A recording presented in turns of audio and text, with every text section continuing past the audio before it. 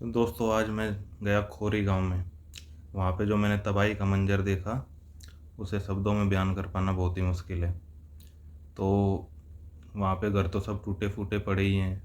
लोगों की साधन सवारी व्हीकल सब कुछ बिखरा पड़ा है। पानी नहीं है, बिजली नहीं है। लोग इतनी गर्मी में बेहाल हैं। वहाँ पे मैंने एक प्रेग्नेंट औरत को देखा। उसे देख के मैंने एक बात सोची कि वो बच्चा जो अभी तक इस धरती पे आया भी नहीं है, क्या उसे कभी न्याय मिल पाएगा इस सब चीज़ों के बीच में? उसकी क्या गलती है, मतलब उस बच्चे की? वैसे गलती इसमें किसी की भी क्या थी? जो असली गुनहगार हैं, क्या उन्हें कभी सज़ा मिल पाएगी?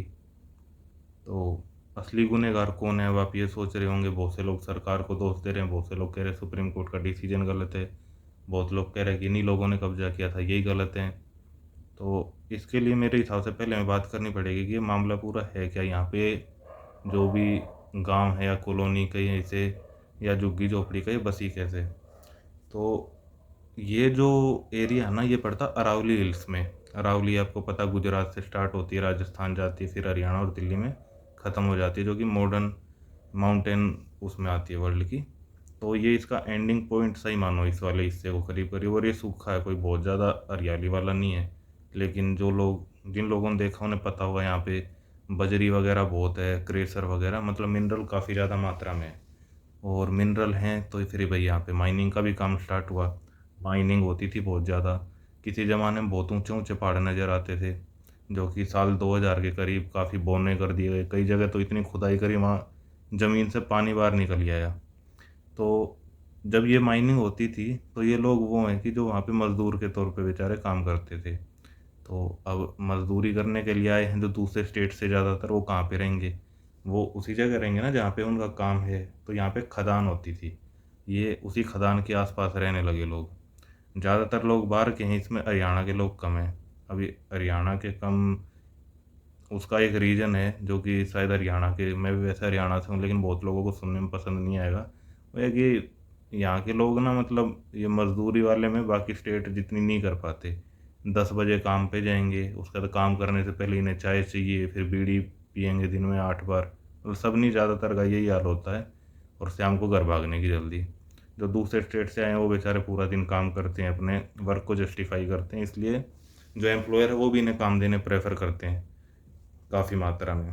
तो इस तरह से लोग वहाँ पे बसने लगे। अब आपको पता किसी भी एरिया में बसावट होती है तो फिर वहाँ पे अलग एक्टिविटीज़ भी स्टार्ट होती है। वहाँ पे कुछ दुकानें खुलती हैं, चाय के खोखे लग जाते हैं, कोई कचरा पट्टी का काम शुरू हो जाता है, और इसी तरह करते करते वहाँ पे एक बस्ती बनना स्टार्ट हो गई।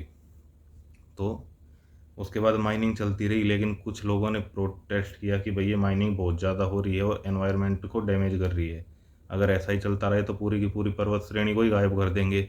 अगर ये गायब कर दी तो ये तो लास्ट बैरियर है। अगर ये पूरा पहाड़ कट गया तो फिर जो ये वेस्टर्न वाला एरिया का, जो राजस्थान का एरिया सूखा, वो यूपी तक फैल जाएगा। जो गंगा वाला इलाका है अच्छी पैदावार वाला, वहाँ पे भी रेगिस्तान टाइप हालात हो जाएंगे। तो इसके लिए सुप्रीम कोर्ट में याचिका गई और सुप्रीम कोर्ट ने माइनिंग को बंद कर दिया। अब जब माइनिंग को बंद कर दिया, लेकिन लोग इतने टाइम से वहाँ पे रह रहे थे, तो फिर उन्होंने दूसरे अल्टरनेट काम देखने स्टार्ट किए। किसी ने छोटी मोटी दुकान कर ली, कोई ऑटो चलाने लग गया, कोई दिल्ली में फैक्ट्रियों में काम करने लग गए, और बहुत सारे लोग अपने लेबर शॉप पे दिहाड़ी मजदूरी का काम करने लगे। कुछ लोगों ने ज़्यादा मेहनत करी, उनके थोड़े से हालात सुधर गए, उन्होंने पक्के मकान बना लिए, किसी ने डबल स्टोरी मकान भी बना लिया, किराएदार भी रखने स्टार्ट कर दिए, सब होता रहा। लेकिन जब सुप्रीम कोर्ट का ये ऑर्डर आ चुका था कि अब यहाँ पे किसी भी तरह की जो कब्जा है या माइनिंग है ये सब अवैध है, तो उसके बाद से जो एमसीएफ है इसने कार्रवाई स्टार्ट करनी शुरू करी। एमसीएफ मतलब फरीदाबाद का जो म्यूनसिपालिटी कॉरपोरेशन है। बीच बीच में कई बार घरों को तोड़ा जाता रहा, नोटिस जाते रहे, लेकिन इतने बड़ी मात्रा में कभी भी घरों को नहीं तोड़ा गया था। तो जब ये मकान तोड़े जा रहे थे तो ये मामला गया हाई कोर्ट में। अब हाई कोर्ट ने क्या कहा? हाई कोर्ट ने कहा था कि भाई आप, अगर ये इलीगल है ये कंस्ट्रक्शन, ठीक, आप इन लोगों को यहाँ से उठा दो, लेकिन इन्हें कोई दूसरा, इन्हें पुनर्वास का इनकी व्यवस्था की जाए। ये उन्होंने सरकार को गाइडलाइन दी। और राइट टू हाउस, मतलब कि एक रहने की जगह भी हो, उसमें उस कानून में भी इस जजमेंट का बहुत बड़ा योगदान रहा। तो बहुत इंपॉर्टेंट जजमेंट थी। तो सरकार पे दबाव आया कि इन लोगों को घर देना पड़ेगा बना के। तो उसमें सरकार ने इनके खिलाफ क्या मुकदमा दर्ज किया एमसीडी ने दोबारा कि जी ये वो लोग नहीं है जिन्हें घर की ज़रूरत है या कुछ ऐसा, ये तो ज़बरदस्ती कब्जा करने वाले लोग हैं, इन्होंने तो यहाँ पे कब्जा किया हुआ है। और ज़्यादातर लोग हैं ये हैं 2010 के बाद आए हुए, जबकि हरियाणा का जो एक्ट है वो तो हरियाणा का रेजिडेंस मानेगा, और जो 2003 से पहले के लोग हैं, क्योंकि 15 साल का यहाँ डोमिसाइल का सिस्टम चलता है। अब 2003 में बहुत कम लोगों पे होंगे डोमिसाइल, तो मतलब ज़्यादातर पब्लिक को इन्होंने बाहर कर दिया उससे। तो जब ये मामला गया सुप्रीम कोर्ट में, तो सुप्रीम कोर्ट ने भी भाई जो तमाम दलीलें होती हैं सब सुनने के बाद फैसला दिया कि हाँ भाई ये लोग ज़बरदस्ती कब्जा किए हुए हैं, और ये जो ज़मीन है फॉरेस्ट की ही है और इसे खाली करना पड़ेगा। और साथ ही साथ ऑर्डर दिए गए प्रशासन को कि इसे आप खाली करवा दीजिए। तो एक वकील हैं सुप्रीम कोर्ट के ही, उन्होंने 5 लोगों की एक याचिकाकर्ताओं की एक दोबारा से अपील दायर करी, जिसमें दिखाया कि इनके पुनर्वास के लिए पहले सरकार अगर कुछ कर देती है तो ये लोग खाली कर देंगे। उस पर सुप्रीम कोर्ट ने काफ़ी कड़ा एतराज़ जताया वकील साहब के ऊपर, उनकी दलील के ऊपर, और कहा कि भाई ये लोगों को खाली कर देना चाहिए था, हम पहले ही ऑर्डर दे चुके हैं, इतना टाइम हो चुका है, इसलिए अब और रियायत नहीं दी जा सकती इस बात पे कि अभी कोरोना चल रहा है दिक्कत होगी, क्योंकि इन लोगों पे सफिशिएंट टाइम था। और उन्होंने दे दिया ऑर्डर। उसके बाद का आप सबको पता कि मैक्सिमम घर तोड़ दिए गए हैं इस टाइम। अब देखिए जिन लोगों के घर टूटे हैं ना, वो कहते हैं कि ठीक है भाई सुप्रीम कोर्ट कहता है कि इलीगल था, लेकिन हमने तो ये जगह खरीदी है, हमने तो ये जगह लोकल लोगों से खरीदी है, जो वहाँ के लोकल लोग हैं, जो वहाँ के बिल्डर हैं, जो कि वहाँ के प्रॉपर्टी डीलर हैं। तो आप कार्रवाई उन पे करो, हमारा पैसा दिलाओ उनसे। तो इस मामले में पुलिस ने तो कह दिया कि भाई हमारे से ऐसी कोई कंप्लेंट ही नहीं मिली, किसी ने कोई एफआईआर दर्ज नहीं कराई। लेकिन लोगों ने कागज़ दिखाए हैं, वहाँ पे नकली पावर ऑफ अटॉर्नी बनी हुई हैं, नकली कागजात बने हुए हैं लीज के।